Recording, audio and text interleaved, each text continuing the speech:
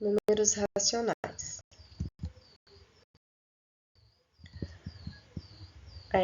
Definição aqui dos números racionais, começando pela fração. O A representa o numerador, que é o número que fica em cima. O B representa o denominador, que é o número que fica embaixo. Então, o A pertence aos números inteiros, que são os números positivos, negativos e também o zero. E o B, que é o denominador, também vai pertencer aos números inteiros, só que o zero ele não pode aparecer no denominador. E lembrando que toda fração é uma divisão. Aqui nessa representação, eu tenho os números naturais, eles estão aqui dentro dos números inteiros, que estão dentro dos números racionais. Os naturais são os números positivos e o zero. Os inteiros são esses positivos, o zero e também os negativos. E os racionais são todos esses, mais as frações, os decimais exatos, as dízimas periódicas simples e composta. Para que eu possa conseguir transformar a fração em número decimal, é só realizar aqui uma divisão do numerador pelo denominador. Então, toda vez que eu realizar essa divisão, eu vou transformar aí essa fração, tá? Então, eu sei que 3 não dá para dividir para 5, então eu vou acrescentar o zero aqui e um zero e uma vírgula aqui embaixo. Então, 30 dividido para 5 é 6, porque 5 vezes 6 é 30, e 30 menos 30 é zero. Então, relembrando mais uma vez que para transformar a fração em número decimal, é só dividir o numerador pelo denominador. Agora, para me transformar o número decimal em fração, é só eu recopiar o número sem a vírgula, onde eu sei que toda fração, quando não tem denominador, é um 1. Aqui, após a vírgula, eu tenho um algarismo, então eu vou representar por um zero. A quantidade de algarismo após a vírgula é a quantidade de zero. Nesse segundo exemplo aqui, ó, eu vou copiar o número sem a vírgula. Eu sei que toda fração, quando não tem denominador, sempre vai ser 1. Nesse caso aqui, eu tenho 2 algarismos após a vírgula, então eu vou acrescentar aqui 2 zeros.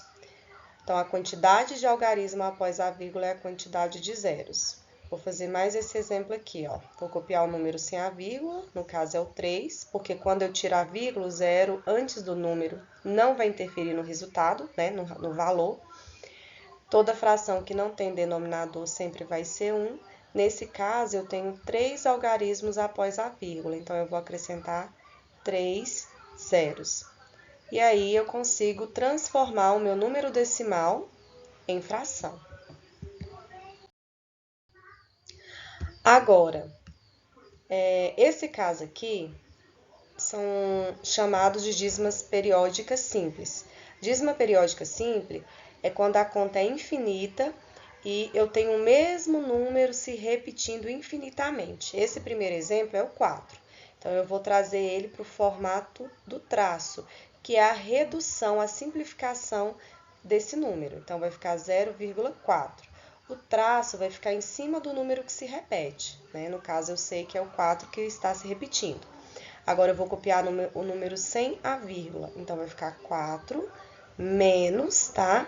Essa subtração é para que eu possa resolver e transformar esse número em fração geratriz. Fração geratriz é a fração que gera a dízima periódica, tá? Então, aqui, ó, qual algarismo que não tem o traço? É só o zero, então, vou colocar aqui. Olhando aqui, ó, quantos algarismos debaixo do traço? Eu só tenho 1, então, eu vou representar por 9.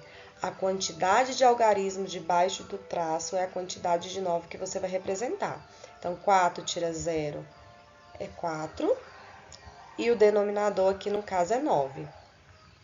4 nonos, então, vai ser a fração geratriz que representa essa dízima periódica simples. Olha esse exemplo aqui, ó. 0,23, 23, 23. Eu sei que o número que se repete é o 23.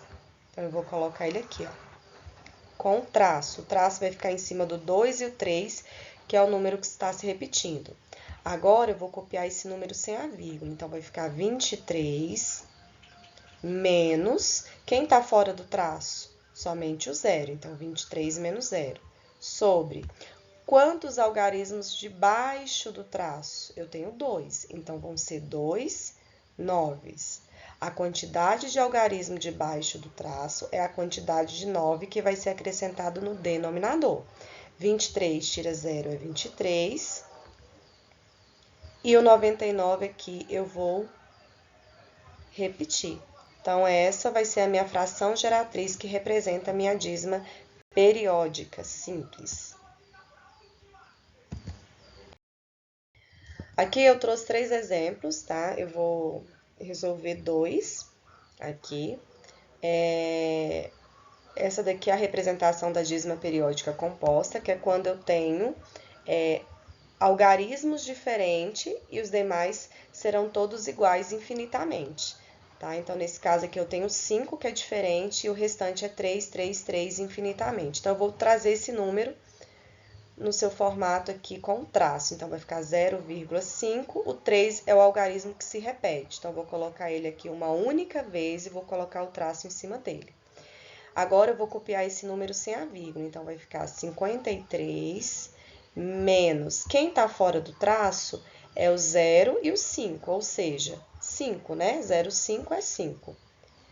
Aqui, debaixo do traço, eu tenho um algarismo. Então, eu vou representar por 9. A quantidade de algarismo debaixo do traço é a quantidade de 9 que você coloca no denominador. E, olhando após a vírgula, eu tenho um algarismo que não tem traço. Então, eu vou representar por 0. Então, após a vírgula, o algarismo que não tiver traço, você representa por 0. Agora, eu vou subtrair. 53 tira 5, 48. O denominador é 90, tá? Lembrando que se der para simplificar, você tem que simplificar o numerador e o denominador pelo mesmo número. Então, nesse caso aqui, ó, todos são pares. Então, todo número par é divisível por 2. Então, dá para dividir, né, para me simplificar por 2. 48 dividido por 2 dá 24. 90 dividido por 2 dá 45. No caso, agora, eu fiquei com o número par e um ímpar, então não dá para simplificar por 2. Vamos ver se por 3 dá. Para me saber se dá para simplificar por 3, é só somar, ó. 2 mais 4, 6. 6 é múltiplo de 3, então dá para dividir por 3. 4 mais 5 é 9. 9 também é múltiplo de 3. Então, dá para mim fazer essa simplificação aqui por 3. Então, simplificar é dividir o numerador e o denominador pelo mesmo número. 24 dividido para 3 é 8. 45 dividido para 3 é 15. E aqui está uma fração irredutível. Nesse outro aqui, ó, ele já está no formato em que eu estou usando o traço. Então, se o traço está em cima do 5, é porque é o 5 que vai se repetir infinitamente. Eu vou copiar esse número aqui sem a vírgula. Vai ficar 645 menos... Quem está fora do traço aqui é o 0 e o 64. Então, eu vou colocar aqui 64, né? Porque o 0 não altera nada sem a vírgula, quando vem antes. Aqui, ó, embaixo do traço, eu tenho um único algarismo. Então, eu vou representar por 9. E após a vírgula, eu tenho 2 algarismos que não têm traço. Então, vão ser 2 zeros. A quantidade de algarismo após a vírgula que não tem traço é a quantidade de zero. Agora, eu vou subtrair, ó, 645 menos 64. Então, vamos fazer a conta aqui. 5 tira 4, 1. De 4 aqui não dá para tirar o 6, então, eu vou cortar o 5. Vai ficar, na verdade, o 6, né? Vai ficar 5. E aqui vai passar a ser 14. Certo? Então, 14 tira 6 é 8. Poder ser o 5. Então, ficou 581 sobre 900. Se der para simplificar, simplifica. Lembrando que simplificar é dividir o numerador e o denominador pelo mesmo número. Se não der, fica aí em fração mesmo, tá?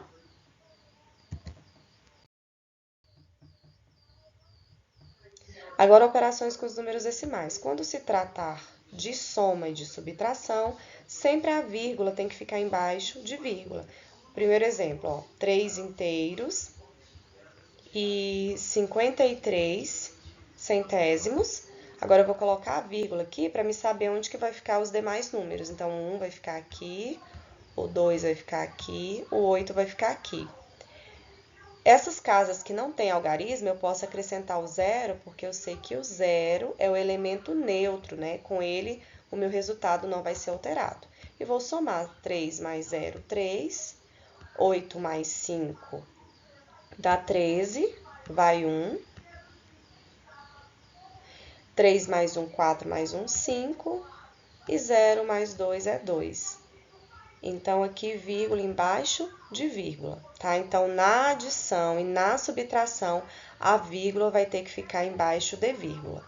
Porque se alterar a ordem, o resultado fica errado.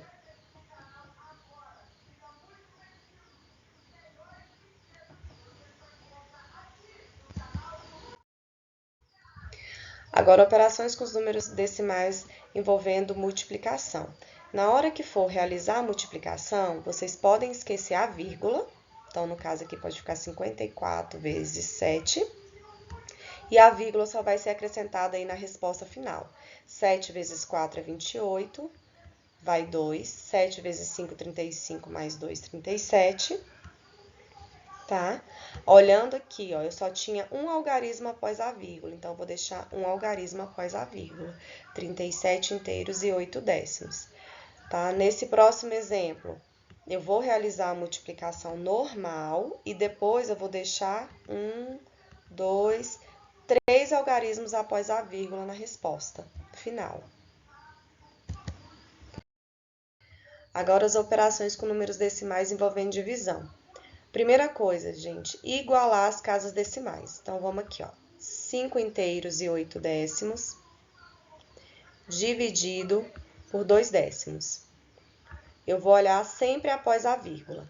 Aqui, ó, eu tenho um número após a vírgula, que eu também tenho um número após a vírgula. Então, as casas decimais estão iguais. Eu posso cortar a vírgula. Então, agora vai ficar 5 dividido para 2, aproximadamente é por 2. 2 vezes 2, 4. 5 tira 4 é 1. Eu vou descer o número 8. Vai ficar 18 dividido por 2 é 9. 2 vezes 9 dá 18. E 18 menos 18 é 0. Então, a minha resposta aqui vai ser 29 inteiros. Próximo exemplo aqui, ó. 9 dividido para 5 décimos. Então, eu vou ter que igualar as casas decimais. Nesse 5 décimos, eu tenho um número após a vírgula. Então, eu vou ter que pôr uma vírgula aqui no 9 e acrescentar um zero após a vírgula. Porque daí eu igualo as casas decimais. E eu posso cortar a vírgula. Então, vai ficar 90 dividido para 5. 9 dividido para 5, aproximadamente é por 1. 5 vezes 1 é 5. 9 tira 5 é 4. Eu vou descer o 0.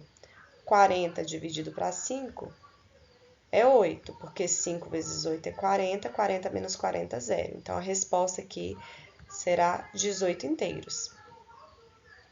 Lembrando que nem sempre que a divisão é com números decimal, a minha resposta vai dar um número decimal. Ela pode sim dar um número inteiro, igual esses dois exemplos.